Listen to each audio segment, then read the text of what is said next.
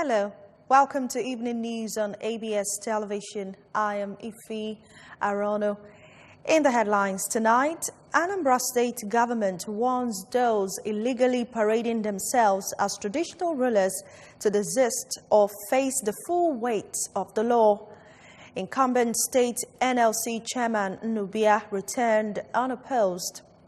JAMB to release UTME results on Monday. Investigations show Saudi nationals executed for security crimes were tortured to confess to the crime. Welcome to the news. Now the detail. The Anambra State government has noted with dismay the trend of some people who lay claim to the leadership of traditional institutions in some communities in utter violation of the customs and traditions of the communities. According to a statement signed by the Commissioner for Information and Public Enlightenment, Mr. Sidon Adinoba, this is also in total disregard for the laws governing the selection and recognition of traditional rulers in the state. The statement notes that this is particularly against the 1976 law guiding the selection of traditional rulers and the 1986 amended law in the state. This is coming against the backdrop of a certain Choka Idigo who has been parading himself as a traditional ruler against the enthroned traditional ruler of Aguleri, Dr. Michael Idigo, who was crowned according to the customs and precepts of Aguleri people and the long-lasting Idigo dynasty, and was clearly certified by the state government. The statement reassured that the state government has remained faithful to the resolve not to engage in any act that could bring the royal institution to public ridicule or disgrace, while understanding the unique and sacred role of the traditional rulers in the state and in our society. It therefore urges those pretending to the throne of the traditional leadership in any part of the state to desist forthwith and be aware that the state government will not condone any act of indiscipline and lawlessness from them, as they will be made to feel the full weight of the law. And on security matters, the State Police Command says it has arrested one Collins Ike, suspected to be a receiver of stolen goods at Limca Road or Idemili North Local Government Area. According to a statement signed by Police Public Relations Officer in Anambra State, Mr. Haruna Mohammed, preliminary investigation has revealed that the suspect is a receiver of stolen vehicles. The statement further says 2 Honda CR-V vehicles with registration numbers AL291GRA, black in color, and PR226AAA were recovered from the suspect, with one of them earlier reported stolen. The case is under investigation and efforts ongoing to apprehend fleeing accomplices in order to bring them to justice. Well, Anambra State government says it will not relent in upholding the fundamental human rights of the citizenry through training and retraining of security agents. Governor Willie Obiano stated this while declaring open a 2-day workshop for law enforcement agencies in Oka. Ekwi Ajide was there. And some of this online business stuff.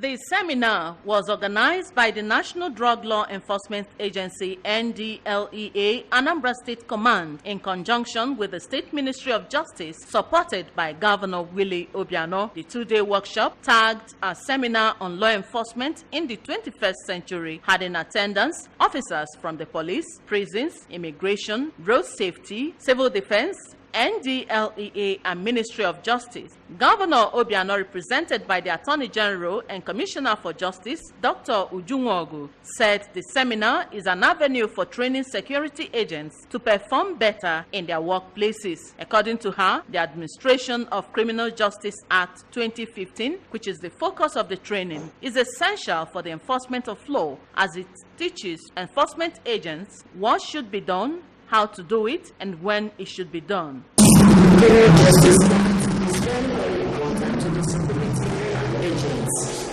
and it will assist when they enforce these laws well.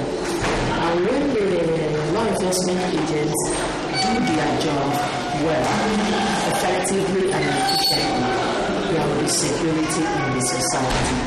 Anambra State will be good for it, and Nigeria will be good for it.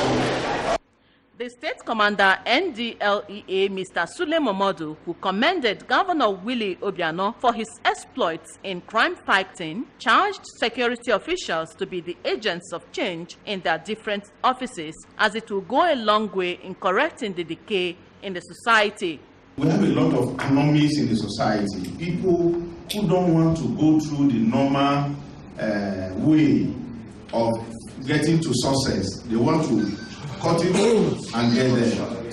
Speakers on the occasion, including our university lecturer and professor of law, Kenneth Mwogu, who did an overview of the Administration of Criminal Justice Act 2015, and the Assistant Director Training, NDLEA National Headquarters, Barrister Abdul Momodu, who dealt on command, control, and responsibilities. The system must be checked. And when they say the system, when you get to the prison should not be what it is. It should be a place where people come and learn, where people come out and profess God and renounce their sins.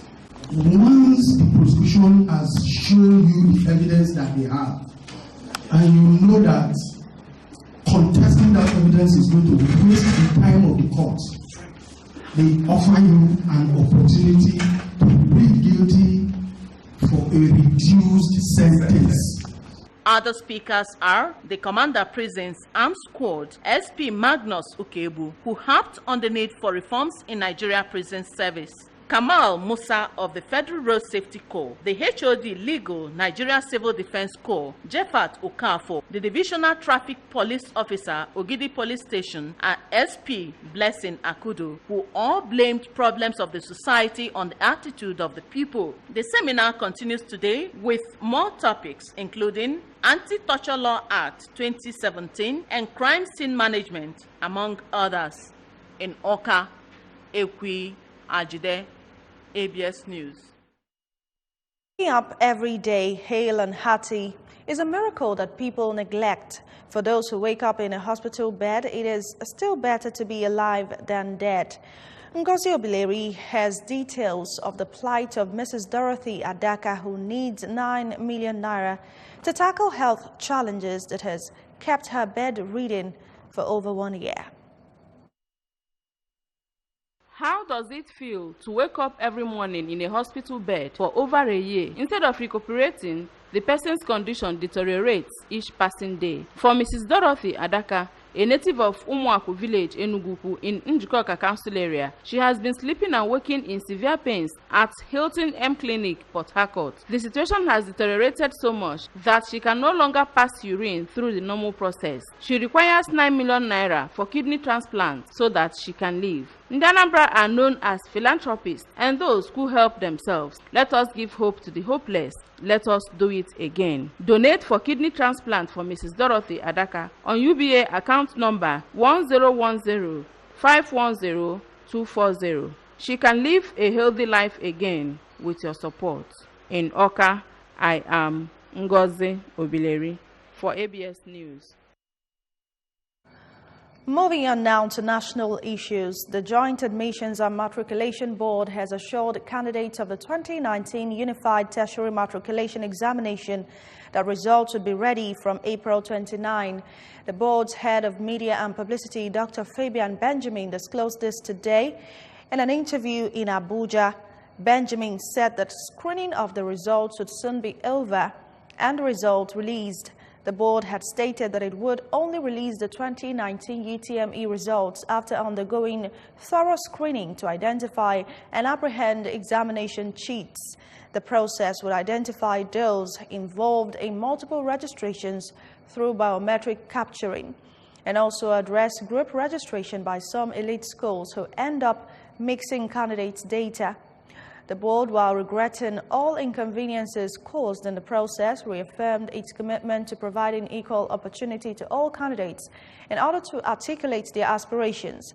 JAMB said that effective from when it would officially release the results, all candidates can simply send results via SMS to 55019 using the same number that was used for registration, and this will eliminate exploitation by business centers and cyber cafes who often take advantage of candidates.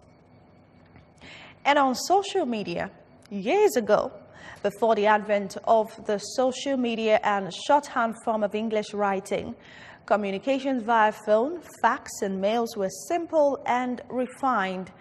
In the special report, correspondent Daniel Ezigwe takes a look at how the social media has badly influenced spoken and written English. Those who were privileged to have communicated through the pre-social media platforms found their communication skills in writing simple and understandable languages. Things like HWRU for how are you and ILUVU for to mean I love you were not only non-existent but a taboo. Unfortunately, these have become an acceptable way of writing today, and especially among the younger ones, the real values of writing and communication are gradually going extinct. It is sad that most users of these unrefined communication patterns have infused them into formal and more serious conversations. So it has become somewhat usual to come across a note that ought to convey seriousness bearing this shorthand English, and even in conversations as serious and sacred as examinations, job applications, interviews, these addictive, unforgivable errors still exist. In her reaction, Mrs. Stella Okunna, a professor of mass communication at the Anambra University, Oka, said parents who adore originality and they respect the sanctity of communication should not encourage their children to write in such manner. Professor Okunna attributed the development to laziness among the followers of this trend, mostly the youths, and the desire to be among the social media elites who control the heat, the atmosphere of the social networking platforms. There should be concerted efforts towards discouraging this unhealthy form of communication, as we owe the upcoming emerging generation a strong duty to protect the values of communication, to protect their future. English is a language you should speak and speak correctly. We were worrying about pidgin English, Nigerian English, but this one is now internet and it's a disaster. Already English standards are collapsing. And with that kind of use now, is even doing more damage to the language. And sometimes, when young people use it, I detest it. Those who communicate with me, if you're a friend on your Facebook and you write that kind of English, I correct them and I object to that kind of language. And the sooner they stop it, the better. Because otherwise, very soon in Nigeria, what you're speaking is no longer English. In Oka, Daniel Ezigwe, ABS News. And now to foreign news. Dozens of Saudi Arabian nationals executed by Riyadh on Tuesday claimed to have been tortured into making false confessions, trial documents have revealed. Saudi authorities said the 37 individuals were found guilty of attacking security installations with explosives, killing a number of security officers, and cooperating with enemy organizations against the country's interests. But the revelation suggests many of the executed men, who for the most part were members of the country's marginalized SHIA minority, maintained their innocence until their dying breath. One of the prisoners, Mohammed Al-Musalem, told the court he had suffered multiple injuries while being interrogated by security forces. Muni Al-Adam, a 27-year-old who was partially blind and deaf, denied confessing to any of the charges leveled against him. The state executions came a day after the Islamic State of Iraq and the Levant, ISIL and ISIS, said it was behind an attack on Sunday on a Saudi security building in the town of Zulfi. And now to sports news. The English Football League EFL have instructed Championship side Bolton Wanderers to complete their final two league fixtures a day after suspending this weekend's game against Brentford. Their supposed home match that was supposed to hold today had been called off following a statement from the players of the already relegated team, who decided to boycott the remaining league fixtures over unpaid wages. The EFL board instructed the club to make the appropriate arrangements for the rearrangement of today's game at the earliest opportunity. The club, currently 23rd in the table in the second-tier competition, are also scheduled to visit Nottingham Forest on the final day of the season. The EFL also said they were concerned about the current ownership of Bolton Wanderers and would look to work with both parties to find a resolution for the sake of the club and its supporters. And that's evening news at this time. Do remember that you can follow news and programs on ABS from any part of the world by liking our Facebook page, and that's at ABS Radio Television. Do subscribe to our YouTube channel. That's at youtube.com/ABS Radio TV Online. Follow us on Twitter at ABS Radio TV, and of course on Instagram at ABS Radio TV. You can also log on to our website, and that's www.absradiotv.com. And now the main point again. Anambra State government has warned those illegally parading themselves as traditional rulers to desist or face the full weight of the law. Incumbent state NLC chairman Nubia have been returned unopposed. JAM is to release UTME result on Monday. And on foreign news, investigations have shown Saudi nationals executed for security crimes were tortured to confess to the crime. And that's the news. Thanks for watching. I am Ife Arono. Good night.